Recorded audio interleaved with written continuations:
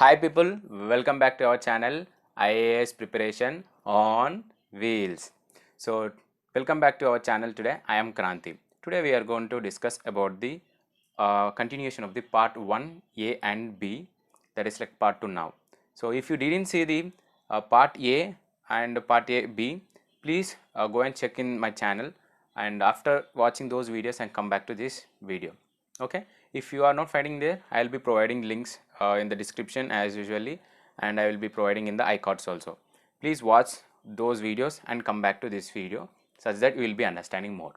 Welcome to our classroom session today. Today also we are going to talk a few minutes in the classroom session. We're talking about the Union Public Service Commission. We can see on the screen, which is like Dolpur House. It is like headquarters for the Union Public Service Commission, and it is located in the New Delhi. And in the previous videos we talked about the area plus society equals to unit, right? So now what I'm trying to say here is like having an boundaries or particular boundaries as considered into a area, that is like Indian boundaries. I'm considering it as an area, and the society which lives in the Indian boundaries, I'm calling it as an society, Indian society. So now Indian society plus Indian boundaries now equals to an unit, that is nothing but India as a country. I'm taking here unit as a country because India is like a vast area. Now I'm like it is like a country. Now it is unit as a country. So every unit has a system, organization, administration, appointment bodies, social services, social servant. Done. So I am substituting some things into related to this, like what I am talking about, the structure in the unit. In the same way, in the present we took like unit as a Indian as a country, right? It is like central level we are talking about. Now India has a system, that is nothing but Indian constitution. In the previous videos we talked about system is nothing but having rules and regulations. Later it converted into rules book, and rules book has been later we in the modern days we do call it as an constitution. Done. So that is like Indian has a system, that is Indian constitution. Indian constitution again has an organization called government, and government has an administration, which is nothing but which divided into administration is divided into three states, that is legislative state, executive state, and judicial state.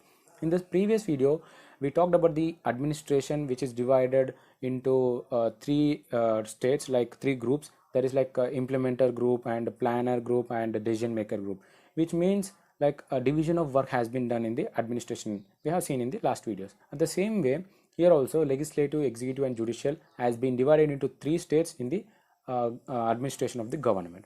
Now every state in this administration were appointed or elected by the rules by the Indian constitution, provided in the rules by the Indian constitution, right? Now what happens, legislative state is elected by the people, and executive state has been appointed by the appointment bodies. At the same time judicial state also been appointed by the appointment bodies, you can see on the screen.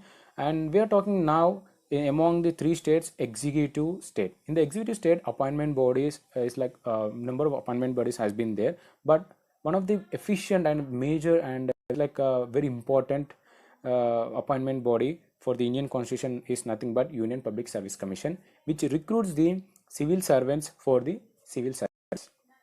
Now we talk about the Union Public Service Commission.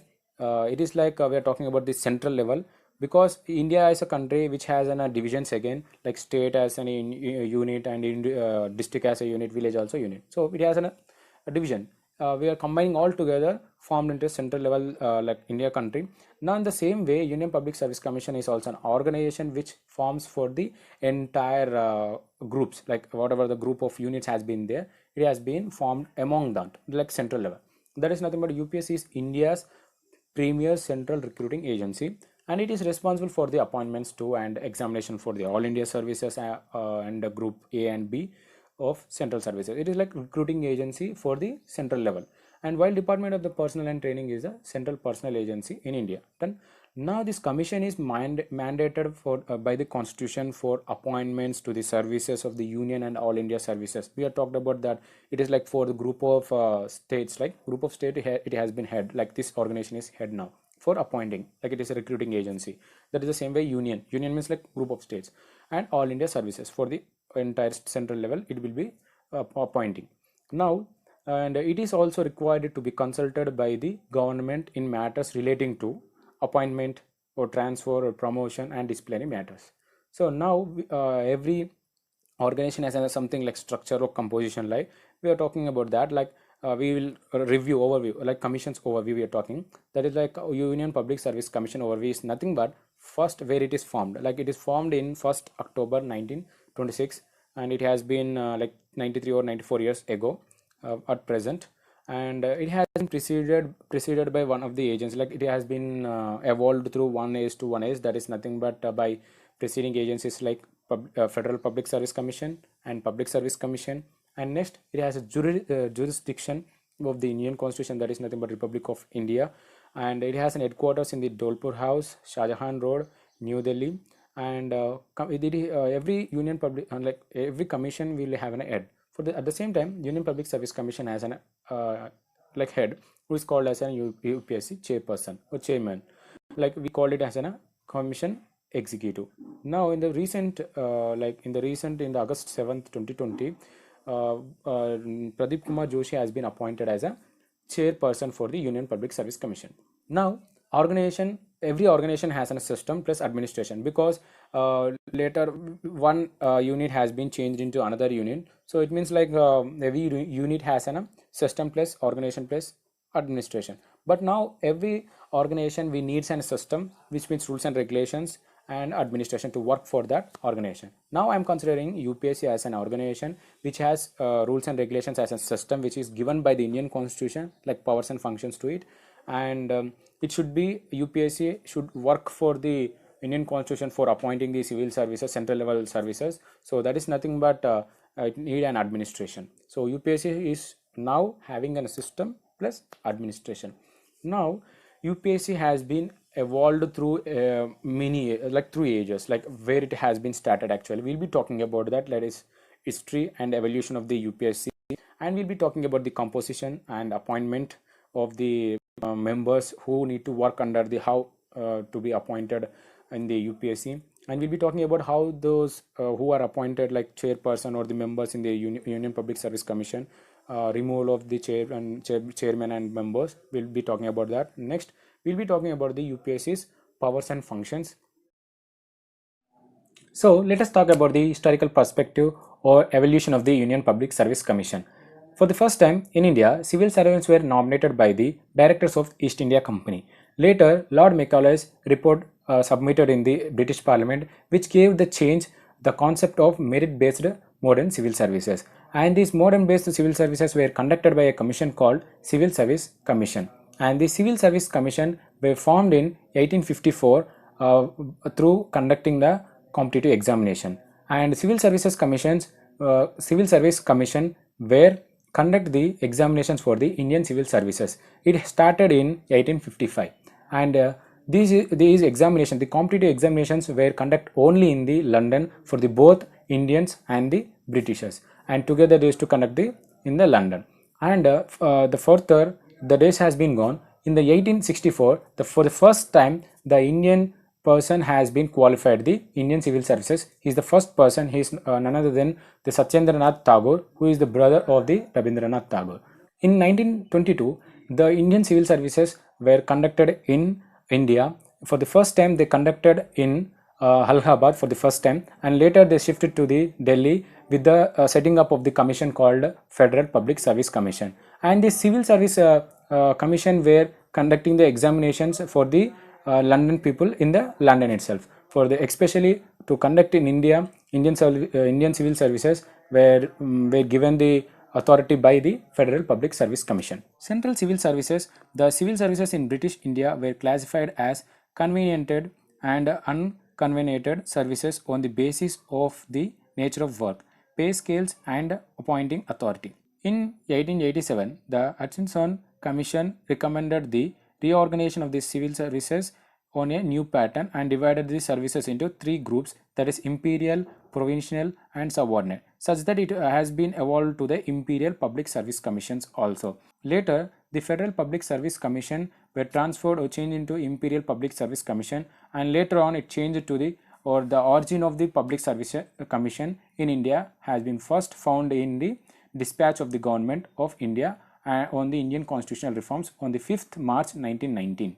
The origin of Public Service Commission in India is found in the first dispatch of the Government of India on the Indian constitutional reforms on the 5th March 1919.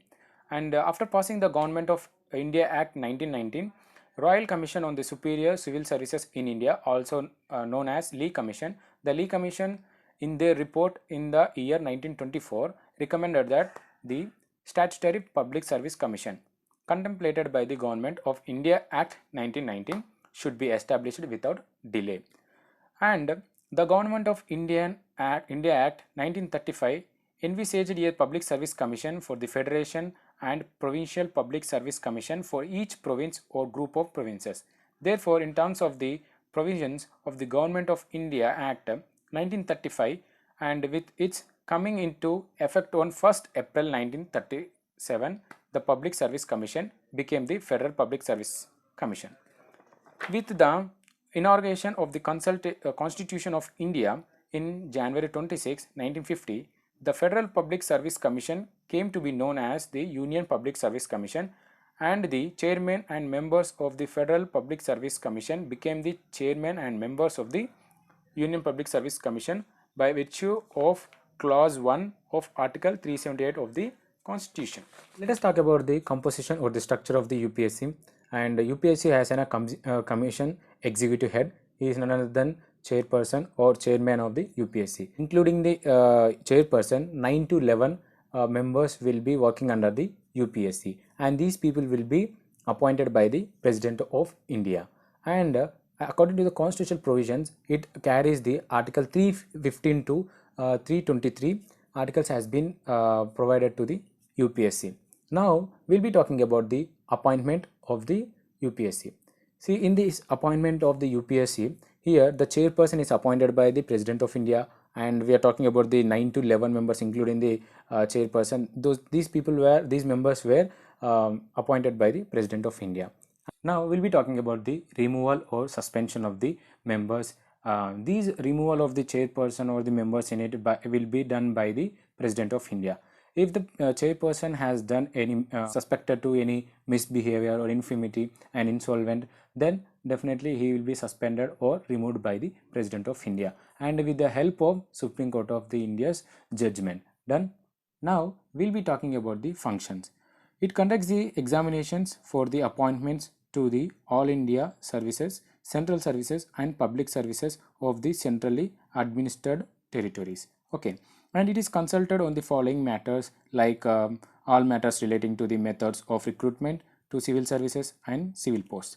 The principles to be followed in making appointments to civil services and posts, and in making the promotions and transfers from one service to other. The suitability of candidates for appointments to civil services and posts, for promotions and transfers from one service to the another service, will be taken care by the UPSC. Appointments by transfer or deputation, the concerned department makes recommendation for promotions and requests the UPSC to ratify them. Now we'll be talking about the role. In the role, the Constitution visualizes the UPSC to be the watchdog of the merit system in India. It is concerned with the recruitment to the All India Services and Central Services, Group A and Group B, and advises the government when consulted on promotion and disciplinary matters. The role of UPSC is not only limited but also recommendations made by it are only of advisory nature and hence not binding on the government. And administration, which has the administration for the UPSC, it looks after the personal matters of the chairman or members and other officers or staff of the commission. All India Services, recruitment to the All India Services is done either by direct recruitment through competitive examination or by promotion from the state services. All India Services branch handles the promotions of the state services officers to IAS, IPS and IFS. Now it takes about UPSC will have the appointments right, and appointments to the central services based on the promotion and by the means of deputation absorption will be done by the UPSC. Now we'll be talking about the examination branch of the UPSC, that is, it carries out the merit based selection and recommendation of the candidates through various examinations to the Group A and Group B of the Government of India. UPSC deals the 27 services, promotion, transfer and appointment of these 27 services by the UPSC. Now we'll be talking about the constitutional provisions of UPSC. UPSC has the direct powers and functions through our constitution, and UPSC is a constitutional body and UPSC is an autonomous body. Now we'll be talking about the constitutional provisions which were given to the UPSC. Those are like Article 315 to Article 323 were the constitutional provisions for the UPSC.